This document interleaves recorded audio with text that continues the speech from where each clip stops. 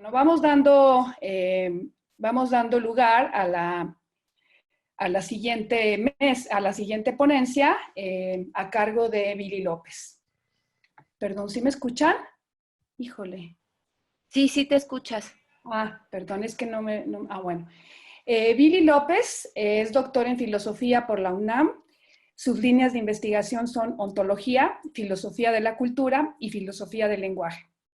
Ha participado en numerosos congresos nacionales e internacionales y ha publicado textos en volúmenes colectivos y revistas especializadas, tanto en México como en el extranjero.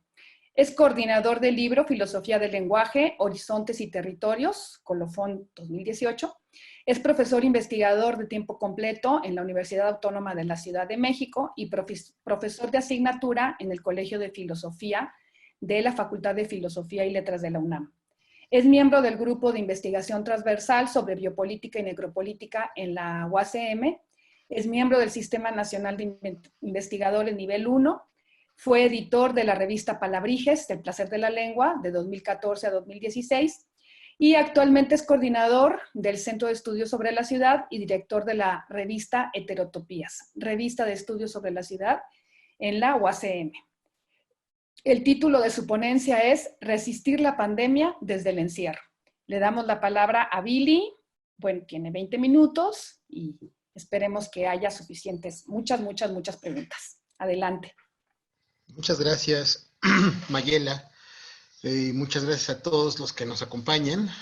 Yo preparé un texto y quisiera ceñirme al texto porque este texto es una especie de testimonio de la experiencia de la pandemia desde el encierro, ¿no?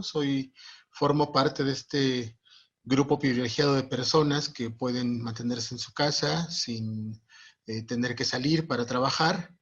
Y desde ahí es que he tratado de reflexionar a petición expresa de la invitación que me hicieron, y reunir una serie de fragmentos que en el orden de la escritura contribuyan un poco a reflexionar, ¿no? Ustedes saben que la filosofía es muy mala haciendo predicciones. Los filósofos generalmente toman muy malas decisiones con respecto a lo que nos espera en el porvenir cuando se lo ha preguntado. Y a mí me parece que la experiencia de la pandemia lo ha demostrado una vez más.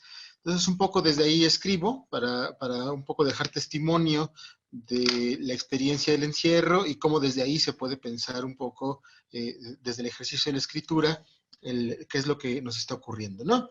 Es una especie de bitácora. Voy a tratar de leer lo más ágilmente posible para que me dé tiempo de leerlo todo. Ciudad de México, 11 de marzo de 2020. La OMS cataloga la COVID-19 como una pandemia. Aquí solo hay una decena de casos confirmados y ni una sola muerte. Estoy de sabático. Las mañanas me pertenecen por completo. Aprovecho que mi hijo está en la escuela para escribir y leer todo lo que puedo. Escribo, como, bebo, leo. Soy feliz. Es el estado ideal. Por las tardes me alterno con mi esposa la crianza de mi hijo. Mi condición sabática y sus ocupaciones extremas me permiten cuidarlo más tiempo y lo agradezco, pues tiempo es lo que siempre falta con los hijos en este mundo de experiencias tecnificadas, temporalidades contraídas e hiperproductividad de alta demanda. Magdalena Contreras, 16 de marzo. Fase 1 del contagio en el país. No hemos alcanzado el centenar de casos confirmados y aún no se ha registrado ninguna muerte. No ha dado inicio el contagio comunitario. España e Italia han comenzado a subir sus números estrepitosamente. Se aducen varias causas, entre ellas, la más anodina pero verosímil, es el alto porcentaje de gente mayor en esos países. Aquí no parece tan grave. Todavía hace unos días se llevó a cabo un festival masivo de música y a la gente no pareció importarle el virus. Callejón Álvarez, 25 de marzo. Ayer se declaró el inicio de la fase 2 de la pandemia. Hugo López-Gatell, subsecretario de Salud, ha sido enfático. Quédate en casa. Hay cerca de 500 casos confirmados y 7 defunciones por COVID. La UACM ha suspendido labores desde hace una semana. La Facultad de Filosofía y Letras de la UNAM sigue en paro. No doy clases, me quedo en casa. Para anacoretas como yo, el encierro no está mal. Salvo el dolor del mundo, en casa todo va bien. El ajetreo académico administrativo ha disminuido, y aunque tengo un poco menos de tiempo para leer y escribir, estar con mi esposa y mi hijo 24/7 es invaluable. Afuera, no obstante, el horizonte no es alentador. Hay gente que no puede parar ni quedarse en casa, porque vive al día. Hay gente que no cree en la existencia del virus. Hay gente más temeraria que sí cree en él, pero no le da importancia. Desde hace unos días, junto con el grupo de investigación transversal sobre biopolítica y necropolítica, decidimos pensar con más minucia lo que está pasando.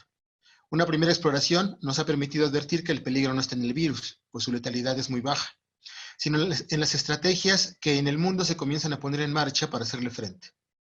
La administración de la vida y la muerte, el disciplinamiento, la vigilancia y el control de la población, la ponderación de la vida de unos por encima de la de otros, el dominio del régimen económico en la toma de decisiones de los gobiernos. Todos estos factores ya estaban ahí antes del virus, pero ahora se muestran diáfanos, crudos, alrededor del mundo. Aunado a ello, la estulticia de las masas, compras de pánico, largas filas para agotar el papel higiénico, aglomeraciones en centros comerciales, desinformación flagrante, indolencia de egos hipercapitalizados que creen que velar por su bienestar personal es un imperativo vital. En estos días se hace evidente que el peligro no está en el virus, sino en el capitalismo y las subjetividades que a su cobijo se han creado. Mi estudio, 31 de marzo. 2 semanas de confinamiento. Ayer se decretó el estado de emergencia sanitaria en el país. El home office se comienza a acumular. Los libros se amontonan. Hay hojitas con pendientes por todos lados. El gato comienza a mirarnos con recelo. ¿Qué hacen aquí? Parece preguntarse todo el tiempo. Mi esposa tiene sesiones virtuales para continuar impartiendo sus cursos. La migración hacia las plataformas virtuales no ha sido fácil. Además, están sus labores como consejera universitaria. El día se le ven reuniones, juntas, acuerdos, discusiones. Todo en línea, improvisado. Nadie estaba preparado para esto. El funcionamiento de las instituciones es oblicuo, incierto. Mis preocupaciones académico-administrativas son menores que las de ella. La angustia, no obstante, comienza a apoderarse de mí con el mismo vértigo con el que los trastes sucios se acumulan en el fregadero. La alegría de mi hijo me rescata del hundimiento afectivo y me obliga a sumergirme en los abismos de la teoría. Pensar es siempre un gusto, pero en estos tiempos es una obligación ineludible. No obstante, pensar en contextos de crisis maximiza las dificultades propias del pensamiento. La obnubilante normalidad, gobernada por seguridades ficticias y felicidades de superficie, ha quedado suspendida por un estado de peste, como le ha llamado Yosulanda, de difícil determinación. Nuestro hábitus ha sido sacudido, trastorno de lo cotidiano. Quienes nos quedamos en casa, así como quienes han quedado expuestos a la nuda vida por dedicarse a actividades esenciales, tenemos ahora una experiencia desplazada del mundo. En este país, la sana distancia o quedarse en casa constituyen acontecimientos discursivos que se han posicionado en medio de las actividades cotidianas, alterándolas. El otro se ha vuelto objeto de nuestra sospecha permanente, de nuestra vigilia, nuestro enjuiciamiento y nuestra amonestación. Al parecer poseemos una fascinación patológica por el escarnio social y por presumir una siempre fanfarrona superioridad moral. El terreno del discurso es un terreno fértil para hacer análisis en estos días. Connotados filósofos cercanos a la biopolítica han publicado textos en los que pareciera que el interés principal es poner sobre la mesa que ellos siempre han tenido la razón, y no un interés comunitario que, además de señalar la estulticia, interrogue o indague por salidas ante la crisis. Agamben es una decepción.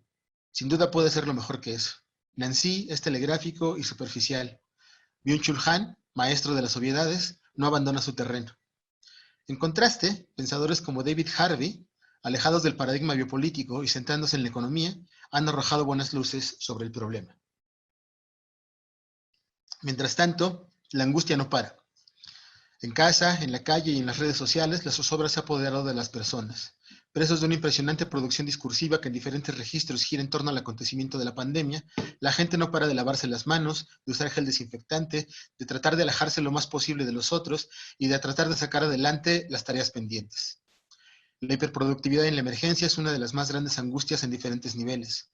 El acontecimiento pandemia ha sabido en este país posicionarse discursivamente por encima de los feminicidios, la violencia del narco, el asesinato de activistas ecológicos, la desaparición de personas, el extractivismo y la profunda desigualdad social y económica. Y no es que hayan cesado. Lo que importa por ahora es el virus, sus efectos, la salud, la prevención, el número de enfermos y decesos, aplanar la curva. Qué importante es el monopolio del discurso. Es necesario recordar que ningún acontecimiento es un hecho, que ninguna realidad se impone frente a otra más que por medio de la violencia y la anuencia frente a ella, que los acontecimientos discursivos se materializan de diferentes maneras y por innumerables vías, y que la mejor manera de hacerles frente es mediante formas de producción discursiva estratégica que instauren nuevas prácticas ético-políticas que avancen en otra dirección. Comprender la situación desde la instauración de sus propias discursividades coadyuva a recordar que toda realidad se instaura así, y que nuestra actitud frente a los diferentes acontecimientos depende de nuestras propias estrategias discursivas para hacerles frente. En estos días hay que cuidar de nosotros y los otros de todas las maneras posibles. Hay que redescubrir y reinventar el cuidado, la cura, eso que Heidegger llama sorge, Gadamer pietas y Bátimo caritas. La sala de mi casa, 7 de abril. Se estiman alrededor de 10,000 contagios, entre confirmados y sospechosos. Las muertes por COVID ascienden a 141. Las curvas de contagio en todo el país ascienden estrepitosamente. Mi hijo sigue muy contento porque estamos todos los días y a todas horas con él. Reflexiono, aún hay espacio para la calma. El mundo no ha cambiado radicalmente, solo se ha desplazado. En ese desplazamiento se han abierto nuevas posibilidades para conectarnos con nosotros mismos, con los otros, con el hogar, con los dispositivos tecnológicos, los deberes y las aficiones, y sobre todo, con las propias convicciones.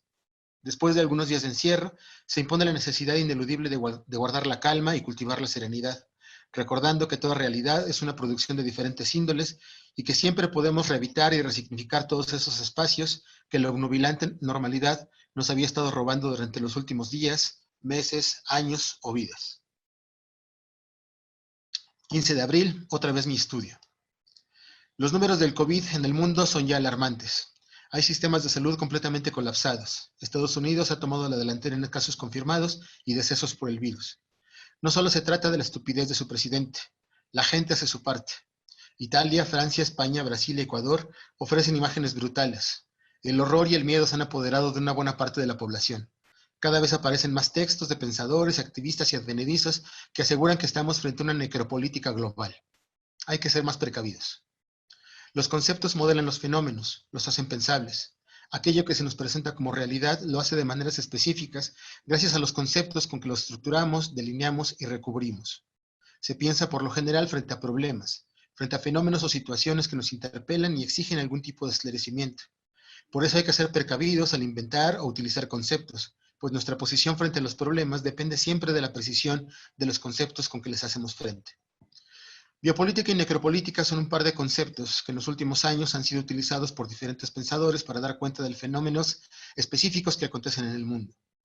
Aunque Foucault no fue el primero en utilizar el concepto de biopolítica, sí fue en su pensamiento en donde se volvió relevante. En términos muy generales, se puede afirmar que biopolítica es para Foucault una forma específica del uso del biopoder.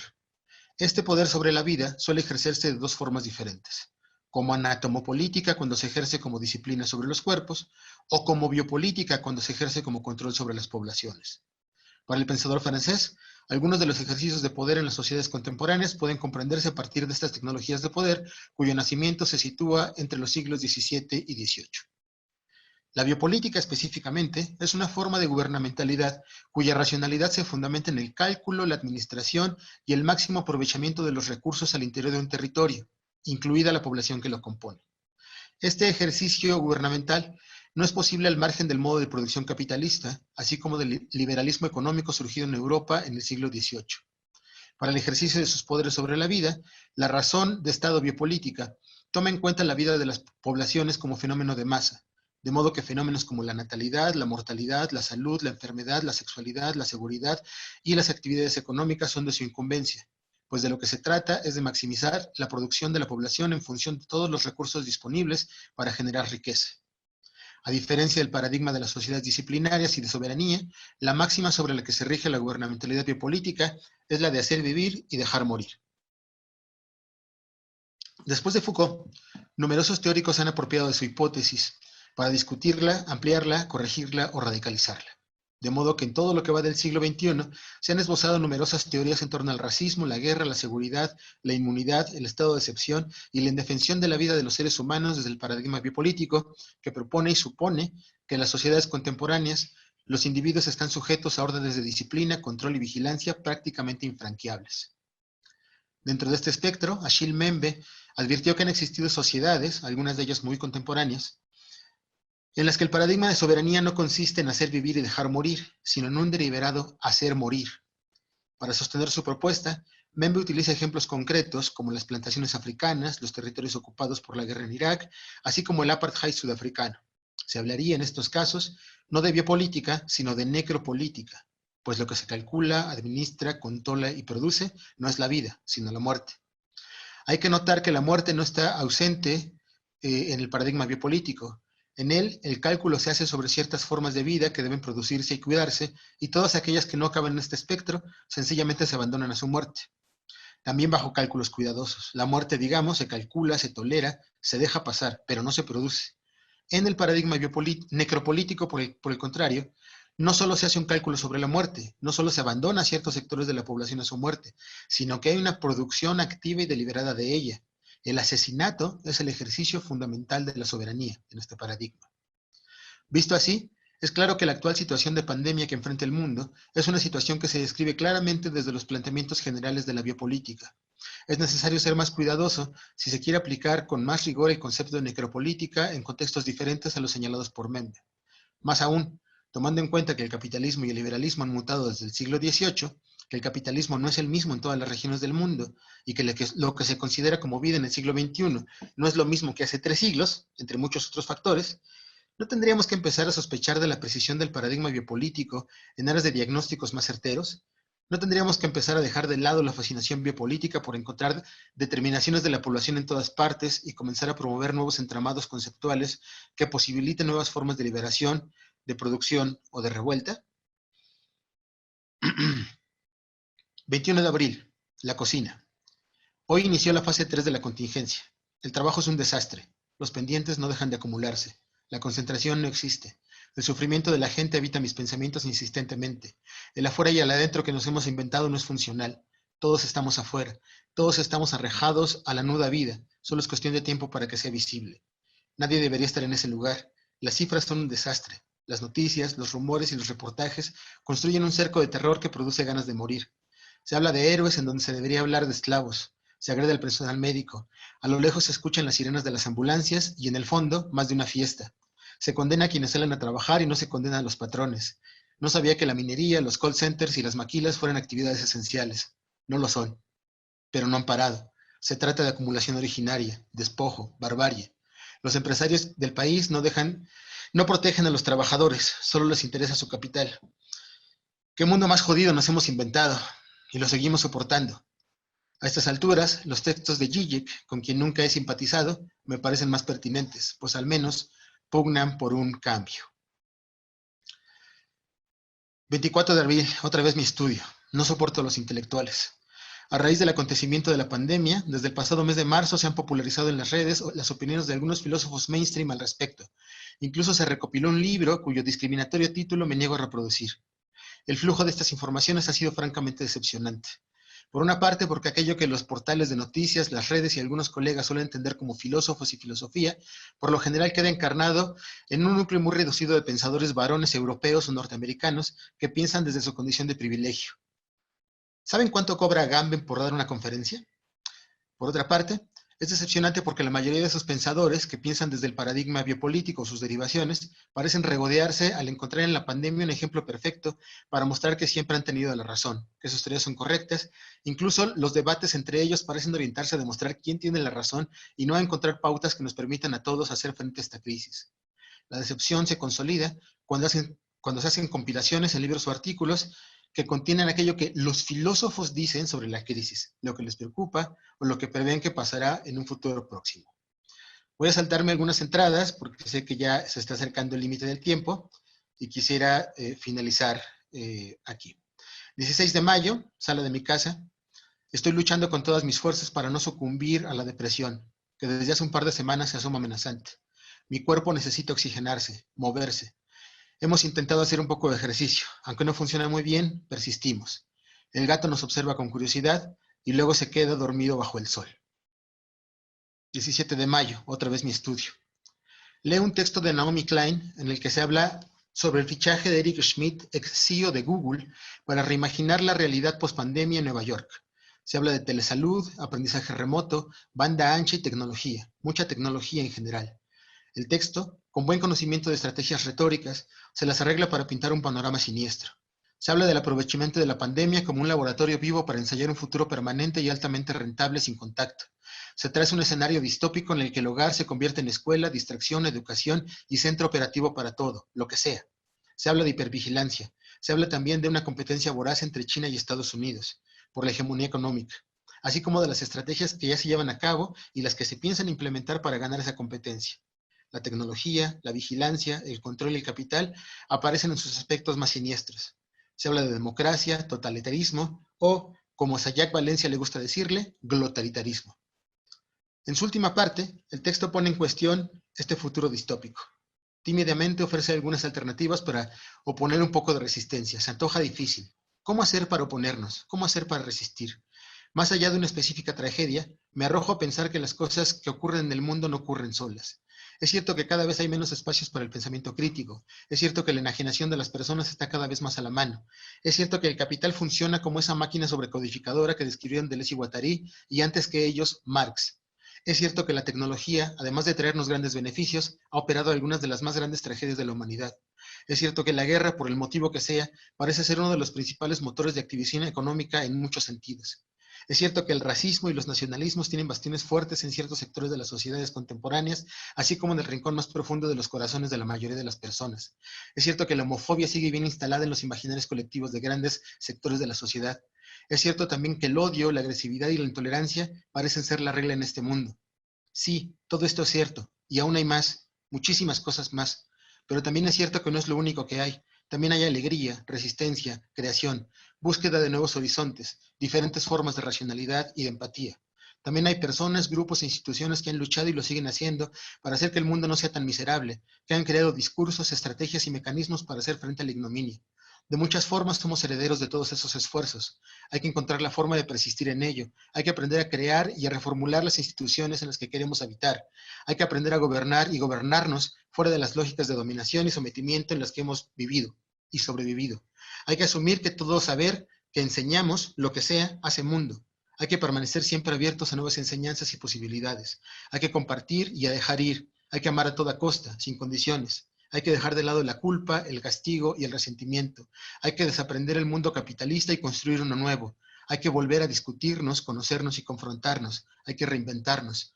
Hay que insistir y persistir en la alegría. Pase lo que pase, no podemos permitir que se pierda. En lenguaje nietzscheano, hay que ser siempre activos, alegres, danzarines. Ninguna distopía será posible si no la dejamos ocurrir. Y con esto acabo. Muchas gracias. Bueno, pues muchas gracias a Billy por compartirnos su bitácora, esta vivencia cotidiana con sus contradicciones, sus paradojas, ¿no? También su visión crítica acerca de estos intelectuales que, bueno, han impuesto ya con sus conceptos una narrativa, una forma casi, podríamos decir, única de interpretar lo que está sucediendo. Y bueno, nos alerta contra esto, ¿no? Creo que ver críticamente todo lo que está pasando es muy, muy importante y que valdría la pena también, por ejemplo, retomar cómo lo está viviendo la gente, estas subjetividades, ¿no? ¿Qué es lo que está pasando? Por ejemplo, cómo hay gente que no cree en el coronavirus, que piensa que hay toda una conspiración para matar a los familiares cuando entran al hospital, o como ayer en un pueblo de Chiapas, el pueblo fue a exigirle al alcalde que de ninguna manera permitieran sanitizar el pueblo porque en el gel y en las cosas que usaban para sanitizar ya iba ahí el virus del coronavirus, ¿no? Cuando en realidad andaban sanitizando para lo del chikungunya y el dengue y todo esto, ¿no? Entonces, hay pues en este país aspectos muy, muy, muy interesantes que no pueden ser explicados desde los conceptos así de la biopolítica o de este tipo de, pues de narrativas, ¿no? Entonces creo que es la vivencia, cómo cómo estamos registrando todo lo que está pasando, creo que es verdaderamente interesante, ¿no? Por otro lado, también con lo que Billy nos expuso, una distinción entre el término de biopolítica y el término de necropolítica, ¿no? Y creo que, bueno, retomo pues también sus reflexiones finales en relación a cómo hacer para ponernos a esto. No es lo único que hay, no todo está perdido, hay que desaprender, reinventarnos y seguir en la resistencia con alegría, ¿no? Pues muchas gracias, Billy, y les recuerdo a todos y a todas que hagan sus preguntas. Aquí las vamos a estar registrando para tratar de contestarlas todas al final de esta mesa.